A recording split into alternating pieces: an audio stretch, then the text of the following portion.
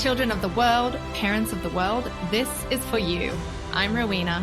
And I'm April. We are best friends and moms to 5 young athletes and sisters to Olympic champions. We have a mission to inspire our kids and your kids through the stories of champions. Who am I? I'm a champion. Who am I? I'm a champion. Who am I? I'm a champion. Okay, champions, settle in. This is going to be a good story. Today we have Summer Sanders, who is forever an Olympic champion. She was the darling of the 1992 Olympic Games in Barcelona as a 19-year-old, bringing home 2 golds, a silver, and a bronze. She was one of the most decorated athletes at the time and is one of the most well-known athletes. She is pure joy. She's smart. She's magnetic. And she gets seared into your soul, you guys. I can't wait for you to hear from her. She's a mother of 2. Sky and Spider are her kids. She's a sports commentator, a television personality, an actress, a marathon runner, an author. There's probably more that I've missed, but she's also a cricket spitting champion. Welcome, Summer. That's really awesome, Rowena, that you found that one, because that is a claim to fame. That was from my Nickelodeon days. Thanks for having me, awesome women. Oh, thank you, Summer. You know this story of mine, but our listeners don't. You are actually a huge part of my own Olympic journey. You became seared in my mind forever when I watched you in Australia on TV, and along with the rest of the world, I fell in love with you. I was a swimmer at the time, so you really mattered to me then. Thank you for being you. How does that feel? You're so cute. We have to explain to everyone that Aussies are swimmers. And then they do whatever other sport they're going to do. But really authentically, in the core of your DNA as an Aussie, you're a swimmer. And you guys love the sport of swimming. And so what Rowena is talking about is the Perth World Championships that were in January of 1990. And I'm sure that Rowena remembers the name Haley Lewis and Susie O'Neill 100%. Because they literally are superstars in Australia to this day. But the Aussies, when you have a major swimming meet in Australia, you feel like rock stars. And you guys love swimming and you guys love to party. And those 2 things came together at our venue in Perth. And my parents quickly fell in love with the fact that you could have a nice ice cold beverage with a little shrimp cocktail on the side. That doesn't happen in the United States, So yes, Rowena and I met up because both of our kids ski raced, and she came up to me, and it was, if anybody comes up to me to ski race and wants to talk about swimming, my heart lights up. So that was a really fun moment. Not to mention the fact that I interviewed your amazing sister, and she tried to teach me how to snowboard, but that's another story altogether. That's right. And I was telling April, I think I became so starstruck when I realized, Summer Sanders, the Summer Sanders. And we printed out a picture of you and I made you sign it. I think I was 30 or something, like a kid. Rowie was telling me that story. I was like, wait, do you still have that? Let's find that. I do. I'll get it. It was from Brian Head. I think that's where we were. We're at Brian Head at our kids' championship, when they were 4. That awesome Brian Head. Right. There was hardly any snow at that time. And you're at 10,000 feet and you can barely breathe. The joys of parenthood, the joys of following along on our kids' journey in sports. It's so magical and not glamorous and awesome and perfect. I love it. Can you take us back actually and tell everyone, how did you even get into swimming? How old were you and how'd that kind of evolve? Yeah, I grew up in Northern California, so just outside of Sacramento, in what used to be a small town of Roseville, California. It's actually grown so much that my town is now technically Granite Bay, as opposed to Roseville, as everywhere in California. It's just grown up. The weather was ridiculously hot in the summertime, and we were talking 115 degrees. So everyone, similar to Australia, everyone just swam. We were all in summer rec league. It was really, really fun swimming. Nothing serious. It was all about candy and swimming and hanging out with your friends. And so my brother was going to join the swim team when you're supposed to, 6.5. And I said to my mom, could I go try out? Because I wanted to be just like him. Well, I was 4. And she said, I mean, I don't know. So we went to tryouts, and the coaches said, boy, we'd really love for her to be 6. But if she can swim a lap at the pool, she's on the team. And so I did. And that was it. And, I loved the idea that I made it. I loved the idea that I was around my brother and all his cool friends. But I was really scared in my first races. And it's just a gentle reminder for every day of my life, even now as a 49-year-old, that if it doesn't scare you, then you need to try something new. I love this idea of if it scares you, you should do it. And that's when I learned it at the age of 4. Wow. I love how you bringing in just life with sport, because that is one of our missions with this podcast, to just help the kids in it realize like it's so much bigger than the sport they're doing, so much bigger, what they're learning, the lessons, the wins, the failures, it all adds up to, becoming the person that you are. So Summer, you were 4, you were were you a prodigy in swimming? Like, did that quickly happen or? Well, back in the 70s, we just didn't throw that word around, Okay. There was no gifted and talented in school, and there was no prodigy talk. You just sort of showed up, and yes, there were some kids that had much more natural talent than others. But I think my mom, looking back on it, could probably tell you that I was a prodigy. Mm-hmm. But and I'm sure similar to your guys' sports, you saw other kids with equal talent, and then some just took it to the next level and others didn't. And so there's a lot that goes into the cocktail and the recipe itself that creates a champion. It's not just you're given everything and now what do you do with it? It's a process. It's a baking process. There's a mixing process. There are hiccups within it. But yeah, I think I had a lot of natural talent to begin with. And I think natural talent took me to probably age 14 or so. And then you have to decide to show up. There's a huge decision that's not technically right in front of you, but there is that moment when you have to decide, I maybe have to really, really work hard.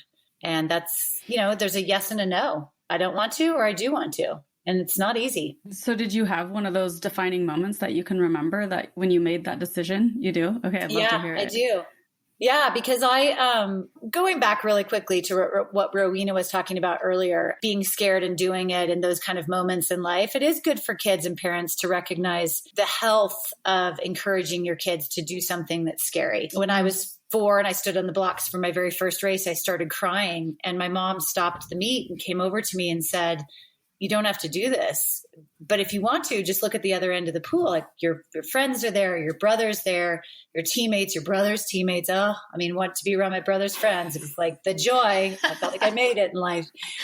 And so somewhere in this speech, she said my face just turned from sheer terror to this look of determination. And so I decided I was going to do it. I belly flopped in and I, paddled my way down to the other end. And I quickly felt that feeling of accomplishment. And I think that entire process is what I became addicted to. And I learned it at such a young age. And I feel so grateful that I did. I didn't win my race. I didn't break records. There was nothing outstanding about my first race. But the most outstanding part of it was that I became addicted to accepting the fear of trying something, going for it and doing it, and then finishing and feeling the sense of accomplishment. I mean, I got out of that pool and I was walking taller. My belly was sticking way out. I was like, I am the bleep, I love this story. Yeah. So that stuck with me. But conversely, it also sticks with me if I don't choose to do something, and that feeling of regret later going, I should have done that, or I should have tried that, or I can't believe I backed down from that. So don't back down from challenges. Push yourself through.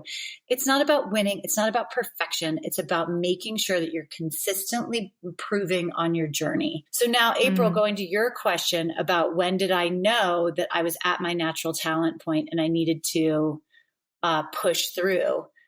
I was 14. I was a pain in the butt to my parents. So any kids out there listening, or any parents that have that 14, 15-year-old girl, I'm in it right now with my own daughter. Like, it's the real deal. And I gave my mom a run for her money.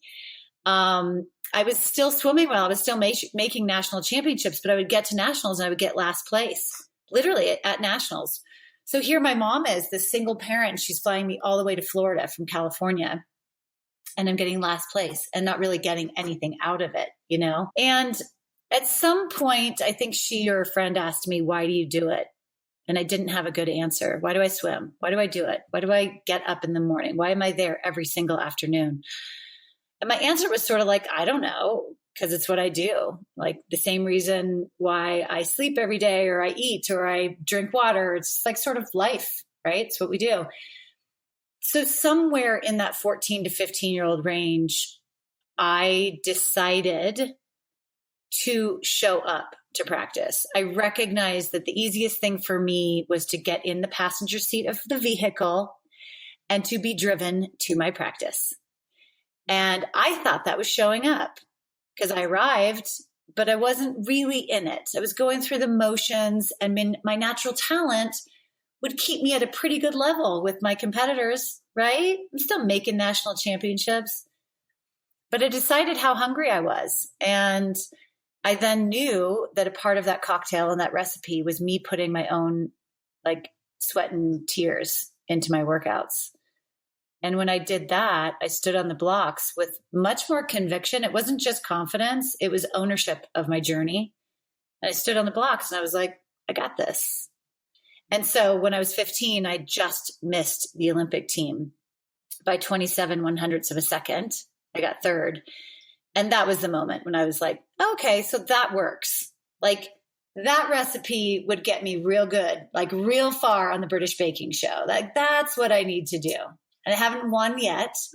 Like, you know, my recipe's not fantastic yet, but I have the fixins for it. Now I just need to put a few spices in and then I'll crush it. And so that was the focus for the next 4 years after 15. So 4 years later, at age 19, I win 2 golds, a silver, and a bronze. Wow. So it made you hungry. Yeah, it lit my fire, right? It definitely lit a fire. There's something to be said with being okay to let your kids fail, let your kids quit, let your kids decide they need a break so that they reignite that fire and they come back to it with a purpose. Even now, look at your own lives, right? Parents, like what did the pandemic do for a lot of people? It made them really look at their life and decide, do I need a fire? Like I need a change. Being stagnant in this world and sort of just going through your day zombie-esque is really exhausting, right? It's really exhausting. So when you see your kid just going through the motions of their sport, zombie-esque, like take a little break, pull them out for a bit, go do something fun, go on vacation, try something new, eat fun foods, shake it up, and then get them back into practice. Yeah. Yeah, I love that. So I think there is, you know, you talked about qualifying for the Olympics 4 years later. I would love you to actually walk our listeners through that whole Olympic experience, because I've heard you talk about it before, and I think there's so many lessons to be learned. It doesn't matter whether you are competing at the Olympic level, but just anyone competing, and the ups and downs and the expectations you have on yourself. And so could you do that? Just walk us through, like you had 4 events, right? Yep. I had 4 individual events and a relay. Okay. Yeah. Okay. Yeah. So yeah, just share what you want, but in as much detail as you can. Yeah. It's, well, it was a different age, right? It was 1992. Yeah. So for anybody out there who can really vividly remember 1992, we didn't have internet. Zooming and podcasts were not even in the realm. No one had cell phones. Case 2 people had a car phone, you know, that's it. So I didn't feel social media pressure. I wasn't all over the world per se, the way athletes are right now. It was old school. It was old school newspaper. It was my hometown. It was NBC triple cast, which was their new way to display the Olympic Games. But it was my own expectations of myself. And what happened is because I was swimming in 4 individual events, which was the first time any U.S. swimmer had done that since Shirley Babashoff in 1976. it was a big deal for the story of the games, and it didn't hurt that my name was Summer and yada yada. So people ran with it and said, "Oh, 4 individual events in a relay, she has a chance to win 5 gold medals," which is so awesomely American. Of course, I knew that to do that, I would have to swim out of my head, and then everyone else I was competing against would have to have a bad day. And I'm not competing against the same athlete in each of these events. So it would be like many athletes having bad days. So I knew it was near impossible, but I did get it into my own head. Oh, maybe I could do this, So first race was my 400 IM. I was competing against Lynn Lee and Christina Egerzegi, and I touched the wall 3rd. I won a bronze medal. I remember being extremely excited because I broke my hero's American record, Tracy Calkins. I won my first Olympic medal. I get out of the pool and the reporter says, "You just won a bronze medal. You must be so disappointed." That's exactly what he said. It wasn't paraphrasing. "You must be so disappointed." And I always try to give people the benefit of the doubt. He was a former swimmer, and I guarantee you in his ear, he was hearing from his producer, "Ask her if she's disappointed." And so he just asked me, "You must be so disappointed." I said no authentically. I didn't even take his question. It didn't add weight to my life. I authentically, no, I'm thrilled. Here's why. Broke my hero's record and won a bronze medal. I went back to the village that night, and my friends just wanted to feel the weight of my medal. They didn't look at the color, or maybe they did and they were thrilled, but they didn't judge the color because it was bronze instead of gold. They just wanted to feel the weight of what they were shooting for. Like, this is why I'm here. I want to win one of these. Let me feel it. That meant a lot to me that my teammates did that. Specifically, it was a swimmer named Jeff Rouse that did it.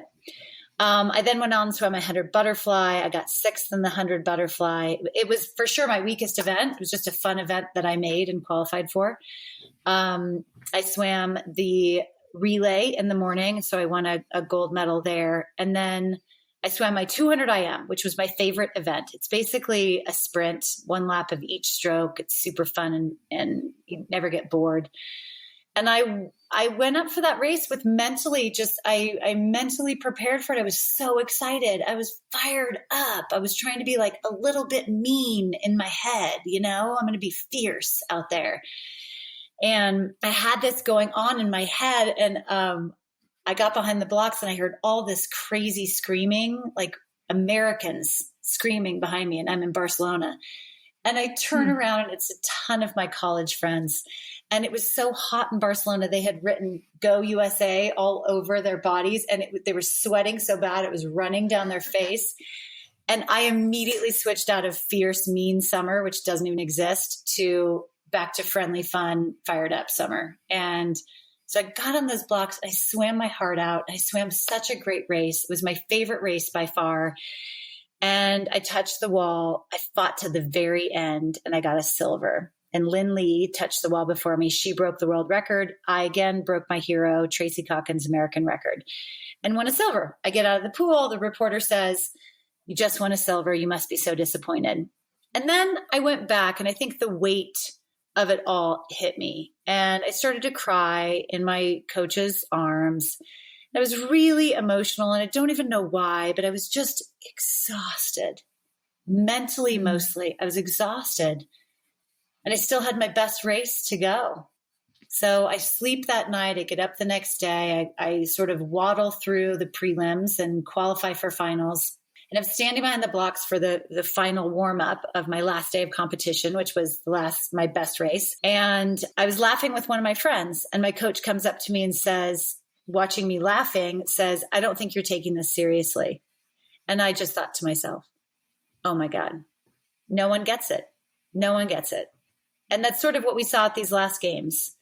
If you couldn't hear Simone Biles say, "I need a mental break," then you aren't listening with your whole heart, because you can't possibly get the pressure, and you can't judge the pressure.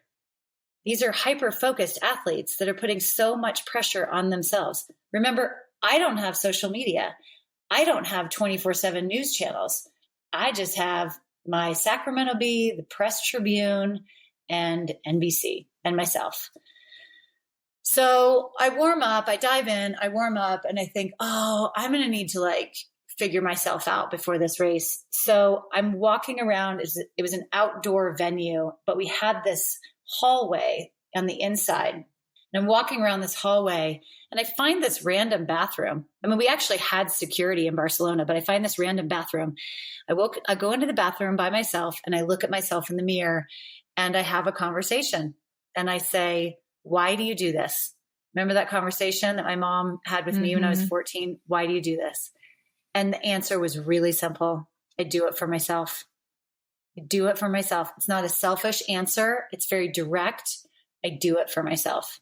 Every single day in that practice at 6 a.m. till 8 a.m., I'm doing this for myself to achieve my goals. And then I said, who loves you? And it was my mom and my dad and my brother and my aunt who were there, and my friends and my teammates and my coaches.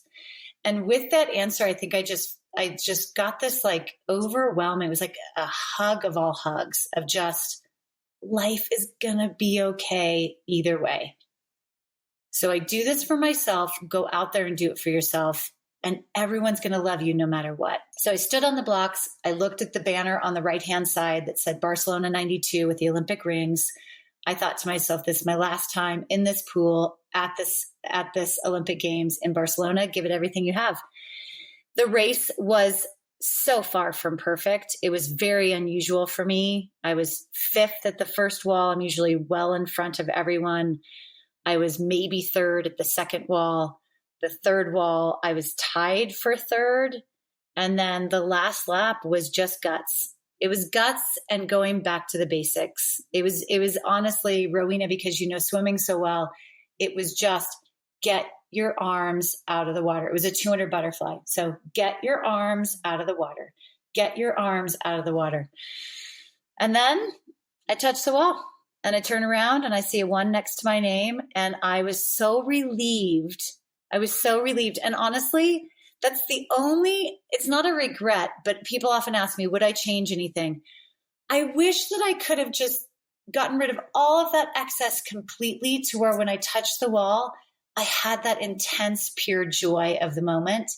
But instead, because of all the pressure, I felt relief. Like, oh, thank God I did it.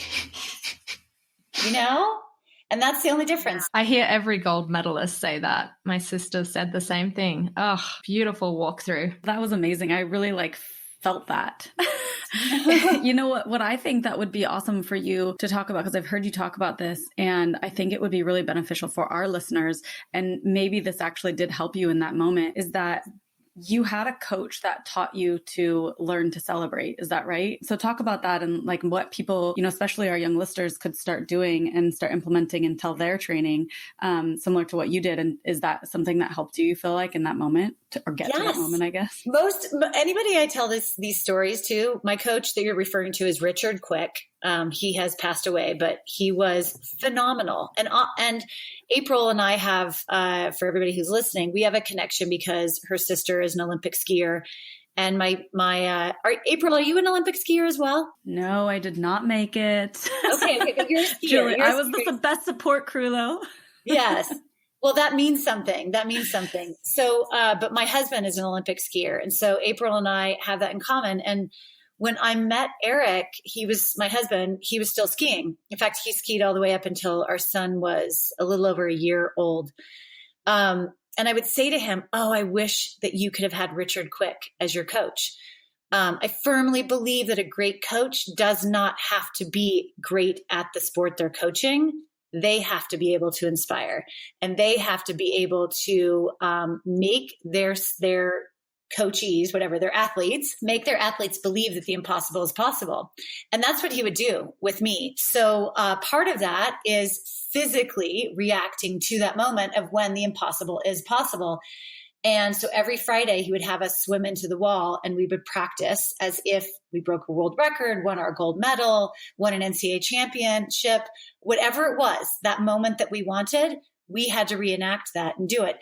in that moment as a 20 something, there were moments when we're like, oh my God, this is so embarrassing, but it makes a difference. It makes a difference. And I'm glad you guys brought that up because I do want to share that with the ski team. I think it's fun. It would be fun to see these youth skiers skiing through the finish and then just practicing that awesome World Cup victory moment, however they want to do it. Don't be afraid to celebrate and have fun. It's not a cocky thing. Even in your life, we need to get better at taking compliments. We need to our reaction should be, thank you, as opposed to, oh no, I just got this super cheap. I don't know. It's been in my closet forever. I just put it on. Just go ahead and say thank you and take it in for a moment. And that's the art of practicing your celebration. It is taking a moment to practice at your best what you're going to do when you get to celebrate yourself. The art of practicing your celebration. Yeah, beautiful. I think this ties into one of the favorite things I've heard that you've talked about your dad saying all the time. I've heard you say that he used to love quoting Mae West, whose motto was life is a party. Only most damn fools don't know that they're at it. Did I quote right? It's close. Life's a party. Most damn fools don't know they're invited. There we go. Yeah. Yeah. He didn't know anything about swimming. All he knew about swimming was that it took up, in his eyes, way too much time. And that, it was, he didn't get to have more fun with us. So when we occasionally and often actually, we would get a message on our answering machine saying, the pool's broken, no practice today. And you would think I'd be the one being like, yeah, it was my dad in the background. And we would immediately go to Scandia and we would drive the race cars and we would do something fun. So that's sort of going back to what's the role of the parent and what is the role of the coach? Parents, you gotta give these kids a childhood. And you have got to find and carve out fun times. If you see them getting weighted down by the pressures of their sport, they already have pressures from school. Add some fun in their life and make them know and feel that it's going to be okay. We're not missing practice every single day, but when the pool's shut down, let's go have fun. Right? Yeah. Let's not duct tape something together and go to the gym and work out. Take that moment and go have fun. Oh my gosh. Yes. I love it. I feel like that is a really common thing that people that we interview, they often say, it has to be fun. You have to love the sport. You have to find the joy. And if you find a moment when you're not having fun, go back to having fun. That's been a really common thing that all the athletes have said. So I love that you shared that. Something I think that you have done an amazing job with is taking what some might perceive as a failure. And even when you experienced it, I don't think you ever even felt it like it was a failure. But, I know we talked about it a little bit, but going back to when you were 15 and didn't qualify for the Olympics, but instead of feeling sorry for yourself, really taking that, and that's what really not making it really propelled you into, making it for the next Olympics and doing so well. So how you can do that, taking a situation like that and kind of turning around and not being like, poor me. And because I love that about you, that you never even cried about it, right? You just were like, all right, I got this. I didn't. And thanks for bringing that up, April. I do feel like, and I completely understand that I was a 15-year-old and I shocked myself even making it into the finals. So it's different if this is your last shot at the Olympic Games and once again you get third place and you're not making the team. I get that that's a different sort of devastation in life. But for me in this moment, I touched the wall third and it was validation that I could actually compete against what I considered were the most gnarly swimmers on the face of the earth. They're so much better than me. They're so much taller than me. They're so much stronger. They're so much tougher. They spit in the water. What is going on? They were just everything about it. They were fierce and tough, and I was not yet. And then I swam that race, and I touched the wall third. And I thought, oh, I can do this. So I didn't even know to feel bad or feel sorry until later when I saw the race and I saw how far in front I was with like 25 meters to go. And so I was a little pissed off by that, which is really good to be pissed off. I always say to parents and to athletes, you can't teach your kid to be competitive. I really don't think you can. I think that your kid comes out of the womb as a competitive child or someone who's just like, no big deal. I didn't care. It didn't really bother me.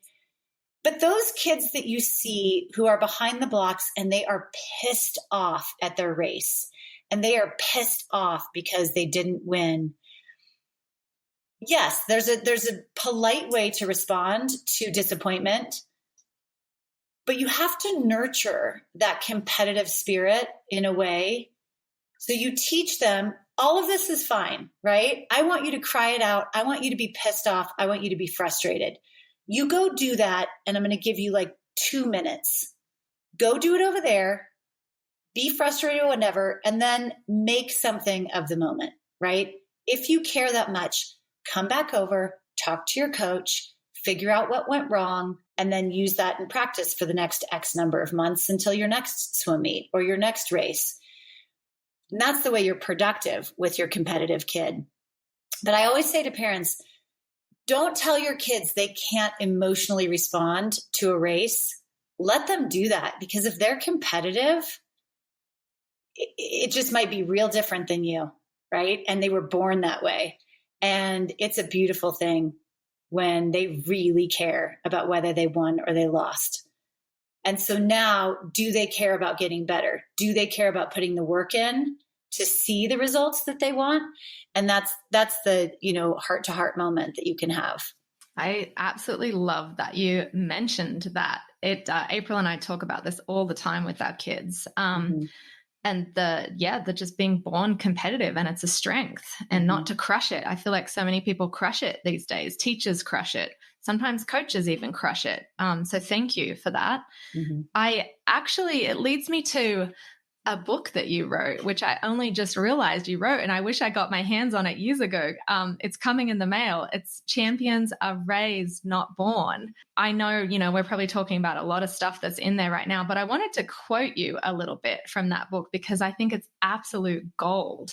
You talk about the different standard of success, let's talk about the difference, not one who beats all the pros before he's a teenager, who grows up to command an audience of millions, who's worth $1 billion before he's 30. But let's talk about a child who consistently gives all she's got with what she's been given, a child who feels capable and enthusiastic no matter what the challenge, a child who arrives at adulthood with a skill or a sport or a talent that will give her satisfaction for the rest of her life, a child who does what she sets out to do because she doesn't quit, a child for whom satisfaction is in the doing, not the getting. Can you talk about maybe how your parents, what they did right to foster that in you? Yeah, well, they put it, in a very polite way, they put it all on me.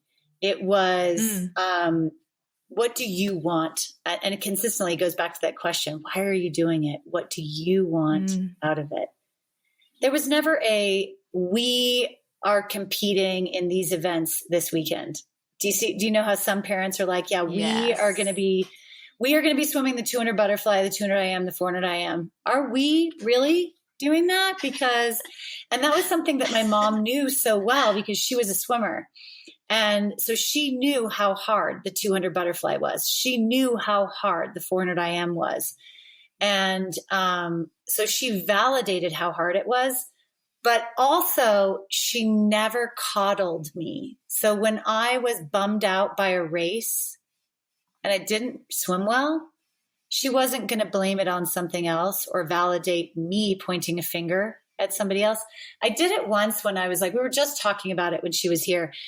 I did it once when I was 8 years old and I got out of the water. I did not see that there was a swimmer ahead of me, in lane 8. And at this point I was kind of winning everything quite easily, yada, yada, how the story goes when you're super young. And I touched the wall and I thought I had won, but I didn't. And I got out of the water and I said to her, those timers are wrong. And she was like, oh my God, you've got to be kidding me. You just didn't see her in lane 8. And I quickly started laughing too, like realized that's the most ridiculous thing that a kid could say, that the timers were wrong when everyone saw that this girl beat me.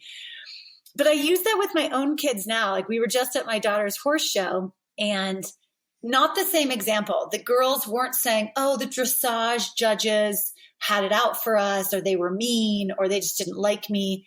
But there was a lot of that sort of floating around, and they were coming together. And when those voices get together, then they become louder and people think it a bit more. And all of a sudden you don't own your dressage test, right? It wasn't you, it was those judges were really bad. And I just looked at them and I said, was your dressage test perfect? Like, was it a really good test? And they all said, no. And I go, well, if the judge was bad, who cares, right? Your test wasn't great. You have so many areas to improve upon. So just basically screw the score, right? Who cares about the judging? You know you can be better. If you got done with your dressage test and you were like, I was perfect. It's the best dressage test I've ever done in my entire life, and you got the worst score, now you have a leg to stand on. Now you can go, that sucks. But in my heart, I knew I did everything right. But not one of them said that they had a great test. Not one of them. And they quickly just changed their tune. And they were like, yeah, you're right. So that's the difference, right? What did my parents do? My dad was the party. My dad was always there to take me to do fun things. That was kind of his job. My mom was sort of the one that just reminded me that it's my responsibility. It's a wonderful position to be in, to be responsible for your life, to be responsible for your journey, to be responsible for this gold medal, right? Like, I won that gold medal with the help of many, many people. But when you're in charge of your journey, you get to own even that moment. And so that ownership is very powerful, but it can be equally scary. It's just the same as if some kids don't like to give it everything they have, because if they give it everything they have and they lose, it's so scary, because then what happens next time? Am I never going to win? That's the way they see it, so black and white. So some kids are just so afraid to really go for it. I think it happens often in ski racing, right? Because if you fall, that's it. There's your day. So why should I really go for it if I'm going to fall? I'll just give it 80% and make sure I finish the race.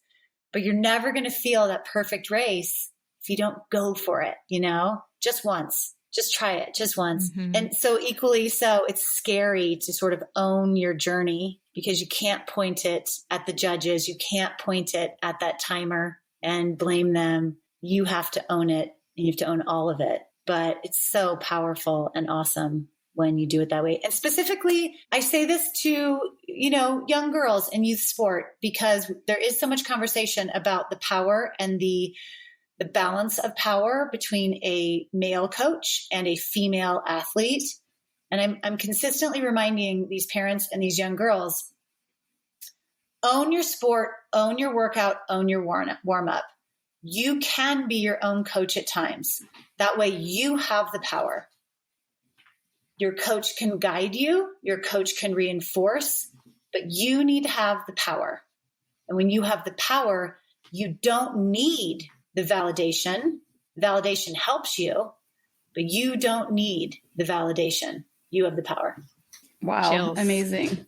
I think what one of the things that you just kind of did there that I just want to kind of reiterate, because I think it's magic, is that you didn't tell the girls what they were doing wrong. You just asked the right questions and let them come back to you with the right answer. It's like the answer it's like the things you wanted to say to them, but you let them come up with it. And that's just, I love that, because that's exactly what we want. We want them to figure that out. Right. And yeah, that was amazing. That was awesome. I actually have a funny question. Since you and your husband were both such highly competitive athletes, do you guys compete with each other? It's so funny. We used to, and like Eric and I would go for a run, and I'm a better runner than him, but he's a better sprinter than I am. So we'd be running along and I'd be running at his pace, and then he always at the very end wants to sprint. Like, let's just do a sprint at the end to there. And we would get so competitive with this sprint because he would start out sprinting and I would start out a little bit slower. And then I would sprint and beat him right at the last second because he had started sprinting too fast. He's just a pure sprinter. So yes, we occasionally compete. We used to compete in like cards and things like that. But now my husband has this awesome 13-year-old boy that wants to beat him in everything. And Eric will not let him beat him in anything until he can beat him authentically and for real. Everything now from smash ball in our backyard. Yeah. Tetherball, smash ball, croquet. I don't know, all these other lawn games. No, until Spider beats Eric officially without any, easy route, then, he's not beating Eric. So now the competition has shifted to my son, which is awesome. So good. Do you think your competitive nature, I think I know the answer to this, but you've had an incredible career outside your sport. Do you think your competitive nature has served you in the world of business and television and everything you do?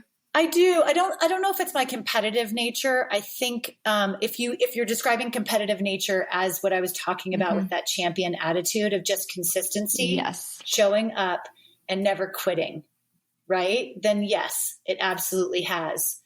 People often asked me after I had kids, how did being an Olympic athlete help you prepare to be a parent? And I would say, not at all. Not at all. I mean, from day one, I wrote a birth plan with Sky, who was my first. I wrote a birth plan. I mean, it's great. Anybody who's pregnant right now, go write your birth plan and try to plan it out how perfectly you want it. But then quickly you're going to realize this is not your birth. This is your kid's birth. And at that moment with my daughter, I realized, oh, she's got her own plan. I'm kind of just along for her ride, and it's starting right now. So, I think you cannot push them. You cannot force them. I'm sorry. I'm switching from your question into like, how did being an Olympic champion make a good parent? Yeah, because it perfect. doesn't. Olympic athletes are very programmed. We're very focused. We have these times to work out. We know we need to do this. We need to do that. We need to do that. To try and get your offspring, your wonderful, created, amazing kids to be mini yous just does not work out. And it's actually not healthy, right? So what I've had to do is back off and watch her make different decisions than what I would make. And she's so rad. And she'll come up to me and say, Mom, I am not you. I am not going to be an Olympian. And I don't want to be your kind of an Olympian. I have different sports. I have a different way of getting it done. I will get it done, but I'm going to do it my way. And I back off, right? So not an Olympic attitude of like so highly focused type A, getting everything done early, all my ducks in a row. So yeah, that's the hardest part about being a parent is sitting back and letting your kid become the adult they want to be. When I first spoke to your daughter and just talked to her a little bit about life, I remember thinking, I want Summer to be my parenting coach because I was in awe of this child, like her wisdom, how she spoke, her confidence, her eloquence. And I was like, and I can attest to what you just said. Like she is her own confident, solid person. So I think this episode, Summer, is going to be, probably more for the parents even than the kids. I'm just so much gold in there. I have to, one of the things, really quickly, one of the things Eric and I did is I never spoke, and I don't speak to any kid like their kid. I just speak to them like they're an adult. And if they don't understand a word, I explain what the word is. And I never took my kid to a kid dentist. We always went to a real dentist, and all that sort of like baby talk and stuff like that, I wasn't really into, which is to each his own. But I say that because I really, really wanted my kids to have that confidence, right? And that ownership of power. It was very important to me on every level, so that when we had adults come over for dinner and they didn't have kids, I would say to them, before you leave the dinner table, you have to ask at least 3 engaging questions. So an engaging question cannot be answered by a yes or no. And they would do that. And you know what they do now? And I just was walking with my friend just yesterday, and she said, do you know, I love your son. I don't even have to have Macy in the car with me. He'll come up to my window and he just starts talking to me. And he asks me how my day is going and what I did today. So it has extended, and that it goes a long way with their communication skills with adults to be able to have the guts to ask these questions. And maybe it will translate down the road to being able to stand up for themselves in asking or challenging or gently pushing, whatever it is, to stand up for what they feel is right. Amazing. I can't wait to start implementing that with my kids. That is gold. I would love for you to share with us, what does a champion mean to you? Well, it's sort of what Rowena already said. Champion to me is consistency. I don't believe that a champion is a one-moment title. Yes, you can win a championship, and therefore you are a champion. But I just look at the word champion more as life as opposed to an event in my heart. So it's the consistency of greatness. And greatness can be kindness. Greatness can be helping others. Greatness can be intelligence. Greatness can be athleticism. It can be culinary greatness.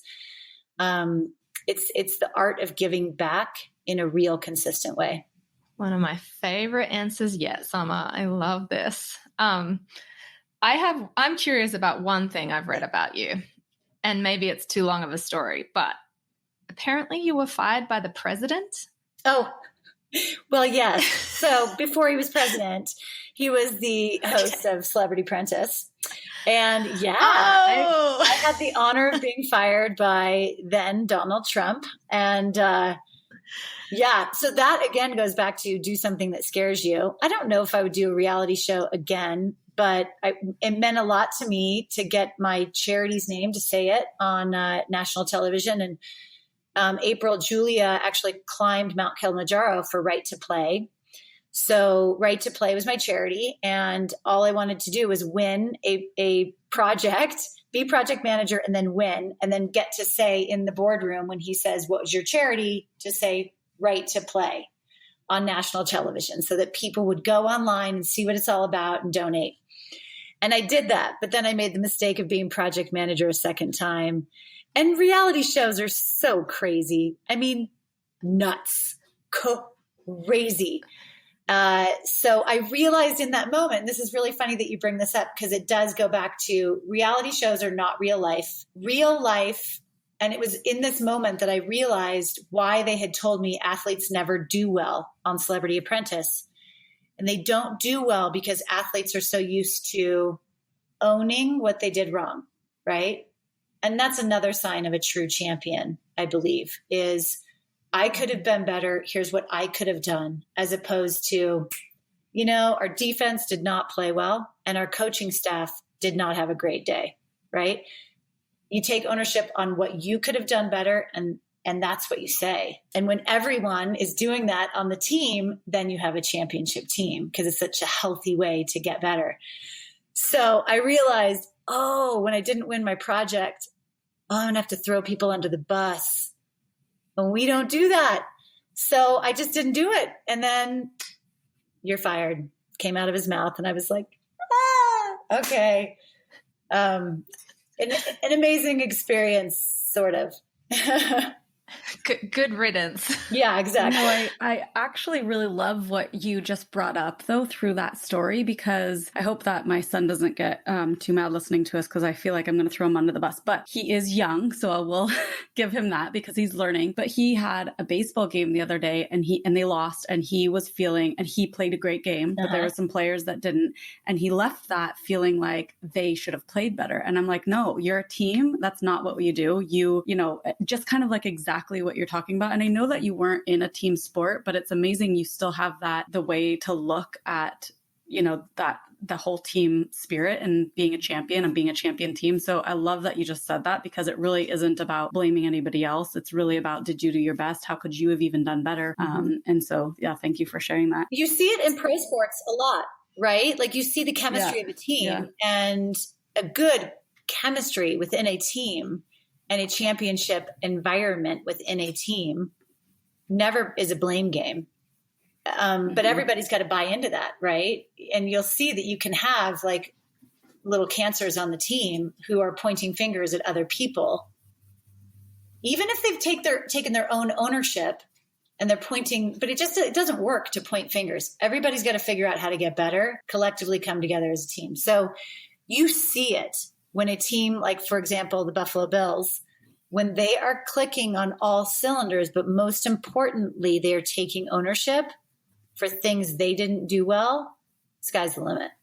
I love it. Do you have anything that really helped you as an athlete? I know you talked a little bit about just celebrating the moment, but like visualization, affirmations, like any mindset things that really helped you as an athlete that our listeners could implement into their practice or whatever competitions? I always wrote my goals down. I did not need a lot of details within my goals. I just needed my splits. There are some people who need a ton of stuff written down, but I always wrote them down. I put them on my bathroom mirror, because when you're brushing your teeth, you have 3 minutes to look and read them over. And the more you see them, there's the act of writing them down. I think it's a dream when it's in your head. It becomes a bit more of a reality when you say it out loud, and then it becomes a goal when you write it down. So when you can see what you've written down every day, it amplifies that even more. You begin to feel like you can do it, believe you can do it. I used to visualize quite a bit because I would get really nervous, like the week leading up to my big meet. But I had a deal with myself, and I think it's important for kids, for young athletes, to recognize you can wear yourself out with visualization. So if you cannot calm yourself down and relax enough, like, for example, to get out of the starting blocks, right? Like you have to calm, like you'll be sitting there visualizing and you can't even get off the blocks, or you're trying to just make a turn and you're so caught up in energy, you're struggling visualizing this, you got to let it go. You will wear yourself out if you visualize too much. So get yourself in the right spot in your house, spot in environment wise, that's quiet, where you can really be calm and you can authentically visualize. Otherwise it'll wear you out. Gosh, thank you. I've never heard anyone explain that before, but it makes total sense. I feel like I felt that when I was a kid trying. Right. Summer, this has been, I think I'm going to listen to this interview over and over myself, just for my life and my goals. So thank you for sharing your wisdom. And I know it's wisdom that's come through your own journey to self-mastery, and it continues, right? I love seeing you on Instagram and talking about your goals and what you're doing in life. And guys, go find her for Inspiration Daily. She's Summer Sanders with an _ at the end on Instagram. Go watch the film Jerry Maguire and see if you can spot her. Summer's in that film. I'm on the cutting room floor. I've got to tell you that story. Because it goes back to Australia. Yes. So I had just missed the Olympic team in 1996. I made a small comeback to try to make the team, and I had missed it. And so they said, would you like to go to, I think we were shooting it in San Francisco. So it was a scene where he was supposed to be fired at the end of this scene, where he's walking through this giant office space. And he starts out, and there's a football player that he says hello to. So they do the whole scene. So I had to be there. I was the last athlete before he goes into his office where he was to be fired. So I was there the whole day. They do the whole scene, but they're focused on this first part. Okay, then that first part goes. And now we go to the middle and they do the whole scene. And it was Rebecca Lobo in the middle. And so they finished with that. And it was kind of about that time when I was like, are we done? And he's like, oh, no. And when I say I'm having a conversation with Tom Cruise, are we done? And he's like, no. And he's like, but you know a thing or two about long days. Cause he goes, my wife at the time was Nicole Kidman. My wife is a swimmer. And of course I was like, she's an Aussie. Of course she's a swimmer. And so he said to me, we had this conversation about swimming and he said, would you like a line in the movie? And I was like, sure. At that time, I had no idea what getting a line in a movie means. But when you get a line in the movie, that means you're in the movie. No matter if you're on the cutting room floor or not, you have a line, it goes into SAG, you get residuals and all of this. So my line, you ask, was, Jerry, I hear you're getting married. Congratulations. And then he went into his office. But that entire scene didn't happen because he didn't get fired in his office. He got fired at a cafe, remember? And then he comes back into that office space and is like, who's coming with me? And Renee Zellweger grabs the fish and they go. But yes, so I get my little residual checks of like, $1.45 for when it plays on pay-per-view in some random town. Yeah, so it's hilarious. So I'm actually not in the movie. Don't go like stressing yourself out and try to find me.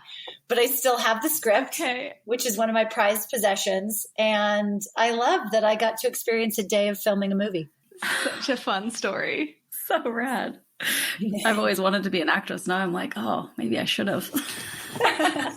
There's always it's not too late, right? It's not too late. Not too late. $1.25. Oh, Summer, thank you for your time. This has been amazing. Our little tribe's going to get so much from it. Thank you. Thanks for having me, you guys. You guys are both beautiful and wonderful. Keep up the good work. Oh, thank you.